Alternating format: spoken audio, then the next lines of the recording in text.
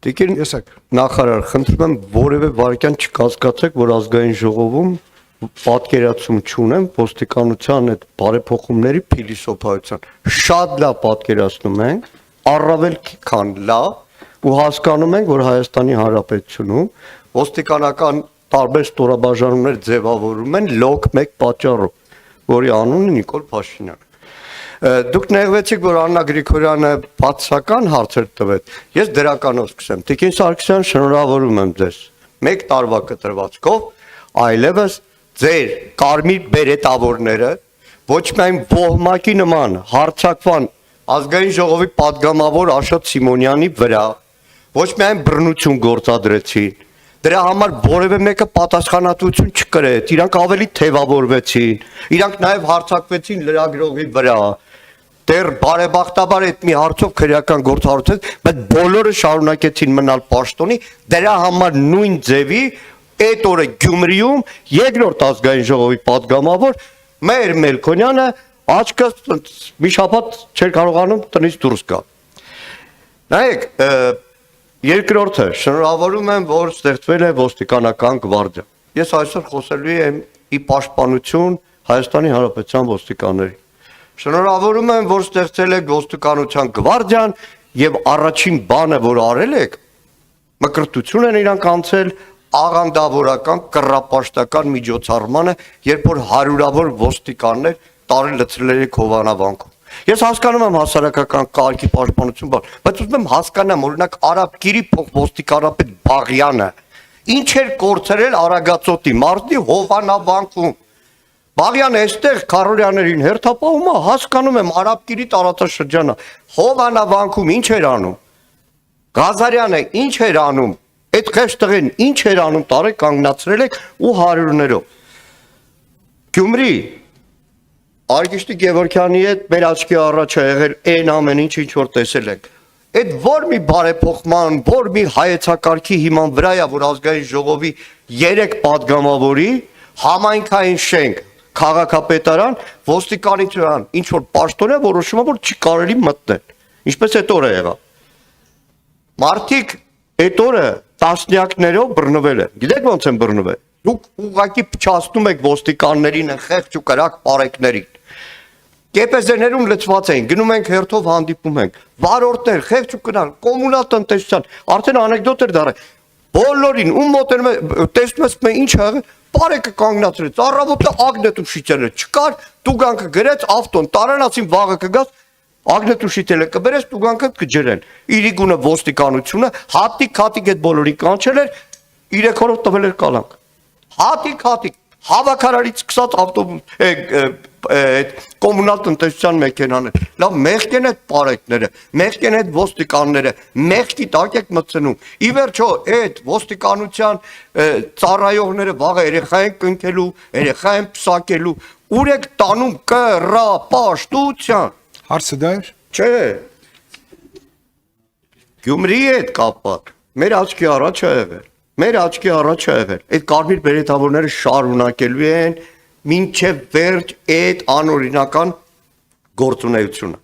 Իդեպ ոստիկանության գվարդիայի հետ կապված Արթուր Խաչատրյանը հարցրել էր, պարոն Քոչարյանը հաստատեց, մենք երկար ժամանակ բանավեճ ունեցել ենք օրենքի նախագծի, պնդում եմ ես, որ ոստիկանության գվարդիայի պարտականությունների մեջ պետք է ավելացնել նաև հայրենիքի պաշտպանություն։ Բայց վերջերս ծանոթացել եմ 44 օրյա քննիչ հանձնաժողովը, չգիտեմ էլ կա, չկա հանձնաժողովի զեկույցը, այնտեղ բավականին սուր դիտարկումներ կան 44 օրյա պատերազմի ժամանակ ոստիկանության ստորաբաժանումների, ներքին զորքերի, ծառայողների, ընդհանրապես մասնակցության ժամանակ խայտառակ մթնոլորտին։ Ուզում նաև ճշտում, դուք ստացել եք այդ զեկույց ազգային ժողովից, որպեսի եզրակացություններ ունենաք, որտեղ դրա մասին խոսել էր Անդրանիկ Քոչարյանը։ Ի պաշտպանություն էլի ոստիկանների։ Նայեք, սննդի մասին եք խոսում։ Ամեն օր մեր աչքի առաջ է կառավարական 2 շենքերի մեջտեղի այգին հարյուրավոր ոստիկաններ առավոտվանից գիշեր նստում են։ Ու ես նկատում եմ սննդի ապահովում չկա։ Արևի տակ, ձմեռը, ցրտին այդ հարյուրավոր ոստիկաններին չէ նստեցնում այնտեղ։ Նաև ի պաշտպանություն ոստիկանների Բնակավայրից հեռու ծառայության համար փոխհատուցումները 2025-ին ստացել են թե ոչ, որտեղ ժամանակին կային ահազանգեր, որ չէին ստանում։ Դուք նաև ազդարարեցիք փրկարար ծառայության տեխնիկական հագեցածությունը, անցած տարվա հարցից նորից կրկնում եմ։ Երևանում խայտառակ բարձրարկերի այս ավելացման հետ մեկտեղ նույն բարձրությունն ապահովող հրշեջ մեքենաների ձեռքբերման նպատակ ունի ներքին գործերի նախարարությունը, թե ոչ։ Այսքանը։ Շնորհակալություն, պարոն Մարուկյան, ինչ վերաբերում է զեկույցի դեռ ներքին գործերի նախարարությանը հասանելի չլինելու։ Ազգային ժողովի աշխատակազմի ղեկավարի հետ մենք քննարկել ենք, թե ոնց պետք է կազմակերպվի, որպեսզի առաջնահերթ մեր ուժային կառույցները եւ հետագայում նաեւ այլ կառույցներ, որոնք անելիք կունենան այդ զեկույցի հետ կապված, մենք պատրաստենք դրանց կրկնօրինակները եւ հնարավորություն ստեղծենք, որպեսզի օր առաջ լինի տվյալ կառույցներում։ Բայց միաժամանակ ասեմ ձեզ, քանի որ փաստացի նյութը շատ է եւ դրանք ժամանակ է պահանջում, որպեսզի ամբողջությամբ տեղափոխվի առաջին բաժին, որպեսզի այդ փաստացի նյութը զեկույցի առանձին մի մաս է։ Փաստացի նյութն է շատ կարեւոր, որի հիմա վրա կառուցվել է այդ զեկույցը։ Այնպես որ դա ընթացակարգային խոչընդոտ է, որը լուծման փուլում է։ Իսկ հարցերի չէ։ Տիկին նախարար, մեկ էլ մի բան, էլի Գյումրի հետ կապված։ Մեծ մասին բռնել են, գիտեք ինչ, մի հատ ոստիկանի ցուցմունքով։ Այդ մարդիկ էլի ասում, մեղք է։ Տուն են էթալու, հասկանալու են, որ իրանք կերպ շատ լավ, պարոն Մարուկյան։ մեջ։ Այո, մեկ ցուցմունքը այդքան էլ լիարժեք չի, եթե պետքա բռնեք, գոնե երկու ցուցմունքով, տիկին նախարար, խնդրեմ։ Նախ պարոն Քոչարյան, տիկին նախարարի որոշելիքը չէ, մեկ ցուցմունքով թե երկու ցուցմունքով, դա նախաքննական մարմնի որոշումների տիրույթում է։ Հիմա պարոն Մանուկյան, անդրադարձակ եւ ձեր խոսքում էլ անընդհատ նշում էիք ի պաշտպանություն ոստիկանության, ի պաշտպանության ոստիկանության։ Ես վստահեցնում եմ, որ ներքին գործերի նախարարության համակարգում ոստիկանությունը պաշտպանության կարիք չունի։ Նախարարության համակարգում ոստիկանության ոլորտի այդ թվում բարեփոխումներ իրականացվում են այնպես, որ ոստիկանության արժեվ դրված օրենսդրական խնդիրներ լինեն շատ հստակ, ոստիկանի կողմից իր լիազորությունների եւ պարտականությունների ծավալը լինի շատ հստակ, եւ ոստիկանի կողմից իր վարքագծային էլեմենտները վերապատրաստման նաեւ արդյունքներով լինեն շատ հստակ, եւ մեր ծառայողը ինքնուրույն կարողանա իր արժեվ դրված խնդիրը կատարել եւ դա կատարելու համար մեթոդներն ու եղանակները ընտրել։ Ուժային միջոցների գործադրման ստանդարտի ներդրումը նոյեմբերի 1-ից հենց այդ տրամաբանությամբ է եւ եթե հետաքրքրի նախարարի հրամանի տարբերակ ունենք, դա կարող եք դիտարկել եւ տեսնել, թե ինչ ճանապարհով ենք ծառայողներին նաեւ նկարագրում, թե ինչպես պիտի գնահատեն իրավիճակը եւ հասկանան, որ դեպքում ուժային միջոցներից որոնք են, որ կարող են կիրառվել։ Օգտագործեցիք նաև վիրավորական արտահայտություններ, պարոն Մանուկյան, ոստիկանության ծառայողների հասցեին, ես արդեն երկրորդ կամ երրորդ քննարկումն է, ինչ ազգային ժողովում լսում եմ ոհմակ արտահայտությունը ոստիկանության ծառայողների ոստիկանության ծառայողների մասով եւ չեմ զլանում եւ նորից հորդորում եմ ոստիկանության գործունեության նկատմամբ խորհրդարանական վերահսկողություն իրականացնող մարմնի դիրքերից վիրավորական արտահայտություններ չհնչեցնել ոստիկանության ծառայողների հասցեին։ Մեր ոստիկանների դեպքում կարող են լինել թերություններ, կարող են լինել խնդիրներ։ Դրա համար տարբեր ոստիկաններ ազատվում են պաշտոններից։ Տարբեր ոստիկաններ անցնում են քրեական վարույթներով, այդ թվում մեղադրյալի կարգավիճակով։ Տարբեր ոստիկաններ ինքնակամ հասկանալով իրավիճակը դիմում են ներկայացնում եւ ազատվում են ծառայությունից։ Տարբեր ոստիկանների պաշտոնավարումը կասեցված է։ Այդ թվում մեկ այլ դեպք ունենք, որ այդ կրկին վաղաշապատի ոստիկանության բաժնին է վերաբերում։